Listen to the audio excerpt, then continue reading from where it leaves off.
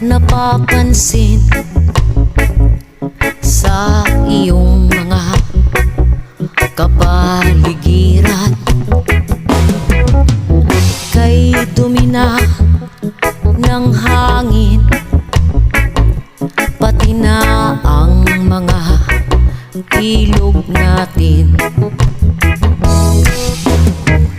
Hindi nga masama ang pag-unlad, at nalayo-layo na rin ang ating narating. Ngunit masdan mo ang tubig sa dagat. Dati kulay asul, ngayoy naging itim. Ang mga duming ating kinalat sa hangin, sa langit wag na nating paabutin, upang kung tayo'y pumanaw man sariwang hangin, sa langit natin matitikman.